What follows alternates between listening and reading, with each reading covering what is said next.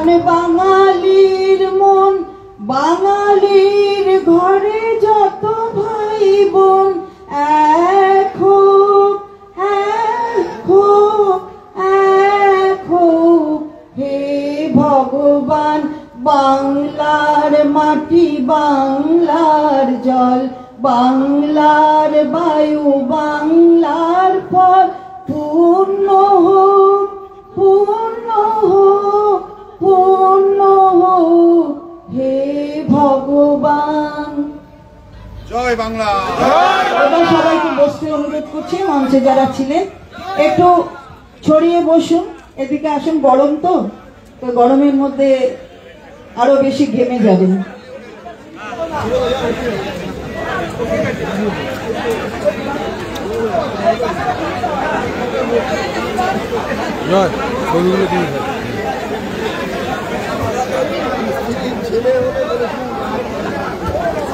এবার সবাইকে আমি একটু চুপ করে বসতে বলবো, কারণ আমরা আমাদের অনুষ্ঠান ধর্ণা কর্মসূচি ঠিক 2টোর সময় শুরু করেছি এবং আমাদের যেভাবে নির্দেশ দেওয়া হচ্ছে আমরা সেই সময় কাল অবধি এই ধর্ণা মঞ্চে আমাদের কর্মসূচি করব, প্রতিবাদ। আমি প্রথমেই বৈশাখ চট্টোপাধ্যায়, তিনি লিগ্যাল সেলের সঙ্গে অত্যন্ত ওতপ্রোতভাবে জড়িত আছেন এবং দলের অনেক কর্মসূচির সঙ্গেই তিনি জড়িত থাকেন সব সময়। আমি বৈশাখ চট্টোপাধ্যায়কে আমাদের এই মঞ্চ থেকে প্রথম ভাষণ অর্থাৎ উদ্বোধনী যে বক্তব্য সেটা বলতে অনুরোধ করব। নমস্কার। আজকের এই গণ অবস্থান সত্যাগ্রহ মঞ্চের সভাপতি, চেয়ারপারসন তৃণমূল কংগ্রেসের মাননীয়া মন্ত্রী চন্দ্রিমা ভট্টাচার্য, এখানে উপস্থিত আছেন ওয়েস্ট বেঙ্গল বার কাউন্সিলের চেয়ারম্যান অশোক দেব, অশোকদা, এখানে উপস্থিত West Bengal bar council of West বেঙ্গলের বিভিন্ন সদস্যরা, আমাদের সুভাষিস দা, অসিত দা, আমাদের অরুণ দা, এখানে আরো প্রসূন সংঘ আমাদের আনসার দা থেকে শুরু করে কৃষ্ণেন্দু দা এবং বিভিন্ন জেলার থেকে যারা আগত আমার আইনজীবী বন্ধুরা, আলিপুর কোর্ট থেকে, আলিপুর পুলিশ কোর্ট থেকে, সিটি সিভিল কোর্ট থেকে, ব্যাংশাল কোর্ট থেকে, হাইকোর্ট থেকে এবং আমাদের কলকাতার বাইরেও বিভিন্ন কোর্ট থেকে, শিয়ালদা কোর্ট থেকে, কলকাতার বাইরে বিধাননগর কোর্ট, আমি দেখলাম বীরভূমের মলয়দা এসছে শিউড়ি কোর্টে, আমাদের উত্তরবঙ্গ থেকে মৃদুল দা এসছে আলিপুরদুয়ার কোর্টে, সবাই রয়েছেন আজকে। আমি আলাদা করে আরো নাম উল্লেখ করতে পারতাম, কিন্তু যেহেতু আসল বক্তব্যে আমায় যেতে হবে, তাই জন্য আমি আপনাদের এইটুকুই প্রথমে শুরুতে বলতে চাই যে আপনারা জানেন যে আমাদের বাংলা ভাষীদের ওপরে বিজেপি শাসিত রাজ্যে নানান ধরনের আক্রমণ হচ্ছে। বাংলা ভাষায় কথা বললে তাদেরকে বাংলাদেশি হিসাবে চিহ্নিত করে তাদেরকে এই রাজ্যের দেশের বাইরে পাঠিয়ে দেওয়া হচ্ছে। আজকেও সংবাদপত্রের প্রথম পাতায় আছে যে তার কয়েকজন মানুষ, তারা এই দেশের বহু বছরের নাগরিক, সেই তার বাবা ঠাকুরদা সবাই এই দেশেই জন্মেছেন, সেরকম একজন মানুষকে এই কেন্দ্রীয় সরকার বিজেপি শাসিত রাজ্যে তারা তাদের এগেইনস্টে ফরেনার্স অ্যাক্ট এনে তাদেরকে পুশব্যাক করে দেশের বাইরে পাঠিয়ে দিয়েছিল এবং সেখানে তাদের জেল খাটতে হয়েছিল, তাদেরকে কাস্টাডি সাফার করতে হয়েছিল। পরে আদালতের হস্তক্ষেপে যখন ব্যাপারটা প্রকাশিত হয় যে যাকে দেশের বাইরে পাঠিয়ে দেওয়া হয়েছে সে দেশের একজন নাগরিক, তারপর তাকে ফিরিয়ে আনা হয়। এটা ভাবা যায় না যে আমাদের দেশে যারা বছরের পর বছর বাস করছেন, আজকেও সংবাদপত্রের প্রথম পাতায় রয়েছে যে একজন বলছেন যে আমি কাজ করতে গিয়ে পরিযায়ী কাজ, যে শ্রমিকের কাজ, স্কিল লেবার, আমি কাজ করতে গিয়ে সেখানে আমি আমার বাবা মাকে নিয়ে একসাথে থাকছিলাম, আমার স্ত্রী পুত্রকে নিয়ে, তাকে সেখানে তাকে অ্যারেস্ট করে কাস্টাডিতে নেওয়া হয় বিজেপি শাসিত রাজ্যে এবং তারপর ডিটেনশনের পরে যখন সে সাবমিট করে যে তার এই বোনাফাইডনেস আছে, তার কাছে আধার কার্ড আছে, রেশন কার্ড আছে, পর্চা আছে, জমির দলিল আছে, সমস্ত কাগজ যখন সে জজ সাহেবের সামনে বিচারপতি বা বিচারকের সামনে হাজির করে তখন তাকে জামিন দিয়ে তাকে ছাড়া হয়। কিন্তু সেও বলছে আমি আজও আতঙ্কে ভুগছি যে প্রতিদিন যে আমাদেরকে এই মামলায় হাজিরা দিতে হয়, যে আমাদের একটা বিপদের মুখে ঠেলে দিচ্ছে। আমাদের কেন্দ্রীয় সরকার, বিজেপি শাসিত বিভিন্ন রাজ্যে বিজেপি পার্টি, তারা এই ধরনের বাংলার মানুষের সঙ্গে ষড়যন্ত্র করছে। আমাদের বাংলার কিছু মানুষ, স্কিল লেবার বা কিছু পরিযায়ী মানুষ বা বাংলার অনেক ভালো ভালো ছাত্রছাত্রী আছে যারা অন্যের রাজ্যে গিয়ে তারা সেখানে তাদের মেধা অনুযায়ী কাজ করছে। সেখানে দাঁড়িয়ে আমাদের বাংলার মানুষের ওপর, বাংলাভাষীদের ওপর অত্যাচার হচ্ছে। আমরা শুধু এটাই কেন্দ্রীয় সরকারের কাছে এই দাবি রাখছি সত্যাগ্রহ আন্দোলন থেকে, যে বাংলা ভাষায় যারা কথা বলে তাদের ওপর কেন আক্রমণ হচ্ছে, এর উত্তর ভারতীয় জনতা পার্টি চালিত রাজ্য সরকার এবং কেন্দ্রীয় সরকারকে এই প্রশ্নের উত্তর দিতে হবে। আমরা বাংলার মানুষ এটা মেনে নিতে পারি না যখন আমাদের রাজ্যের মানুষ গিয়ে বাইরে অত্যাচারিত হয়। আমাদের এই বাংলায়, আমাদের কলকাতায়, ছোট বয়স থেকে তো আমরা কলকাতাতেই মানুষ হলাম। এখানে কত অন্য রাজ্যের মানুষ তার জীবন জীবিকার জন্য আসেন, তারা এখানে বছরের পর বছর রয়েছেন।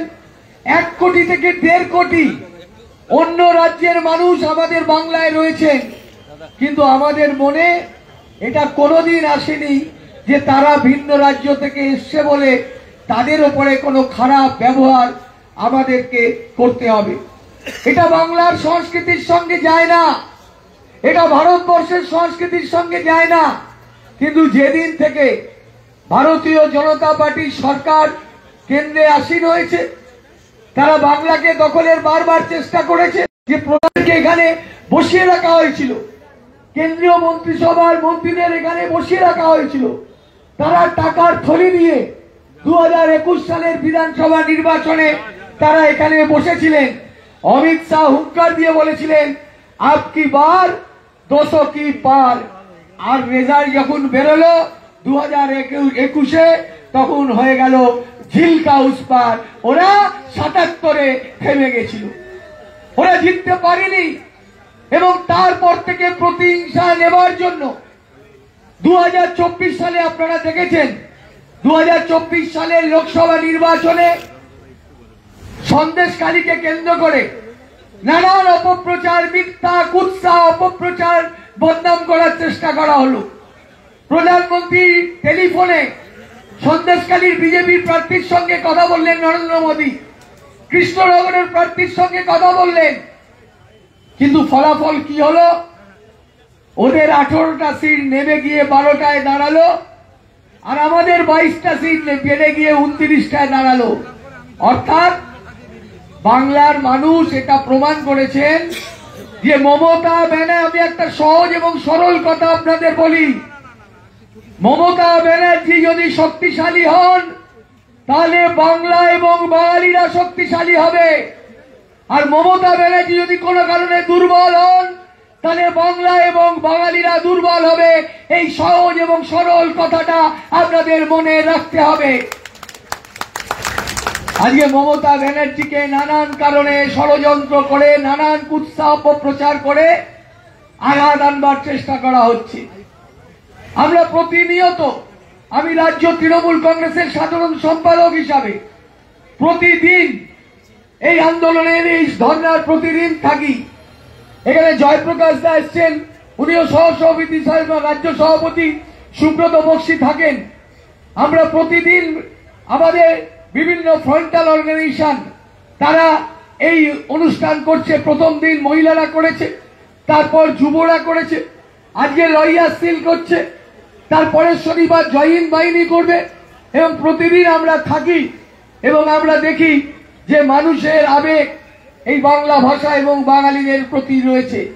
আমরা সারা পৃথিবীতে 25 কোটি মানুষ যারা বাংলা ভাষায় কথা বলি আমরা আছি। আমরা সারা ভারতবর্ষে আমাদের বাংলার মানুষ আছে, সারা পৃথিবীতে বাংলার মানুষ আছে, তাহলে বাংলাকে কেন টার্গেট করা হচ্ছে? কেন বাঙালি ভাষী মানুষের উপরে বিজেপি শাসিত রাজ্যে আক্রান্ত হচ্ছে, আক্রমণ হচ্ছে? তাদেরকে মিথ্যা মামলায় তাদেরকে অ্যারেস্ট করে, তাদেরকে ফরেনার্স অ্যাক্ট দিয়ে তাদেরকে কাস্টাডিতে ঢোকানো হচ্ছে। এর প্রতিবাদ করার জন্য আমাদের নেত্রী মমতা বন্দ্যোপাধ্যায় 16ই জুলাই তিনি রাস্তায় হেঁটেছিলেন। কলেজ স্কোয়ার থেকে আমরা ছিলাম ধর্মতলা পর্যন্ত। 21শে জুলাইয়ের মঞ্চ থেকে মমতা ব্যানার্জি ঘোষণা করেছেন যে প্রতি শনি এবং রবিবার আমাদের এই আন্দোলন লাগাতার ভাবে চলবে। আমরা লাগাতার ভাবে এই আন্দোলন চালিয়ে যাব। বাংলার মানুষের উপর অত্যাচার হলে আমরা বাংলার মানুষ মুখ বুজে সহ্য করব না। আমাদের আন্দোলন চলবে, আমাদের প্রতিবাদ চলবে। আতাশায়ী প্রতিবাদ করবার জন্যই আমরা আজকের এখানে তৃণমূল লয়ার সেলের ডাকে এখানে গণ অবস্থানে সামিল হয়েছি। আইনজীবীরা প্রত্যেকে আদালতে আছেন, তারা নিজ নিজ ভাবে চেষ্টা করেন আইনের সাহায্য দেওয়ার। সাধারণ মানুষকে, আমাদের রাজ্যের মানুষকে, আমাদের এই বিভিন্ন জেলার মানুষকে তারা তাদের সাধ্যমতো আইনি সাহায্য দেওয়ার চেষ্টা করেন। আজকে গভীর ষড়যন্ত্র করছে বিজেপি পার্টি। আমরা 34 বছর যখন সিপিএম এর সঙ্গে লড়াই করেছি, আমরা যখন মার খেয়েছি কলেজের গেটে, ইউনিভার্সিটির গেটে, ল কলেজের গেটে, পাড়ায় মহল্লায়, তখন কোথায় ছিল ভারতীয় জনতা পার্টি? সিপিএম আমাদের একের পর এক কর্মীর ঘর জ্বালিয়ে দিয়েছে, আমাদের ধানের গোলা লুট করে নিয়ে গেছে, আমাদের পুকুরের জলে ফলিডল মিশিয়ে দিয়েছিল সিপিএম পার্টি। সিপিএম পার্টি সরকারের আমলে জ্যান্ত কই মাছ আমাদের কর্মীদের মুখের উপর ঢুকিয়ে দিয়েছিল সিপিএম পার্টি। আনন্দমার্গী সন্ন্যাসীদেরকে কসবার বিজন সেতুর উপরে গায়ে কেরোসিন দিয়ে পুড়িয়ে হত্যা করেছিল সিপিএম পার্টি। সেদিন কিন্তু কোন ভারতীয় জনতা পার্টির কেউ আমাদের পাশে এসে দাঁড়াননি। সে নন্দীগ্রামের আন্দোলন বলুন, সিঙ্গুরের আন্দোলন বলুন, নেতায়ের আন্দোলন বলুন, ছোট আঙ্গারিয়ার আন্দোলন বলুন, নানুনের আন্দোলন বলুন, প্রত্যেকটা আন্দোলন যদি কেউ প্রতিবাদ এবং প্রতিরোধ গড়ে তোলে, তিনি হলেন আমাদের দলের নেত্রী, আমাদের পশ্চিম বাংলার নেত্রী, ভারতবর্ষের নেত্রী, আমাদের নেত্রী মমতা বন্দ্যোপাধ্যায়। মমতা বন্দ্যোপাধ্যায় ছিলেন বলেই এ রাজ্যের মার্ক্সবাদী কমিউনিস্ট পার্টির রাজত্বের অবসান হয়েছে। মমতা ব্যানার্জি যদি তৃণমূল কংগ্রেস তৈরি না করতেন আমাদের মতো নাবালকদের নিয়ে, আজ থেকে 1998 সাল 27 বছর আগে, তখন আমাদের বয়স অনেক কম, আমাদেরকে নিয়ে তৃণমূল কংগ্রেস তৈরি করেছিলেন, করে আজকে এই রাজ্যে মা মাটি মানুষের সরকারকে প্রতিষ্ঠিত করেছেন, সিপিএম এর মতো পার্টিকে পরাজিত করেছেন। আর আজকে সিপিএম শূন্যে নেমে গেছে। আমি টিভি চ্যানেলে গিয়ে দেখি বিজেপি যখন খেই হারিয়ে ফেলে তখন সিপিএম তাকে তামাক দেয়, হাত ধোয়া দেয়, কি করে কি বলতে হবে বলে। আজকে এই জিনিসগুলো জানতে হবে। এসআইআর এর নাম করে, বিশেষ নিবিড় সংশোধনের নাম করে ভোটার লিস্টের নাম কেটে দেওয়া হচ্ছে বাংলার মানুষের।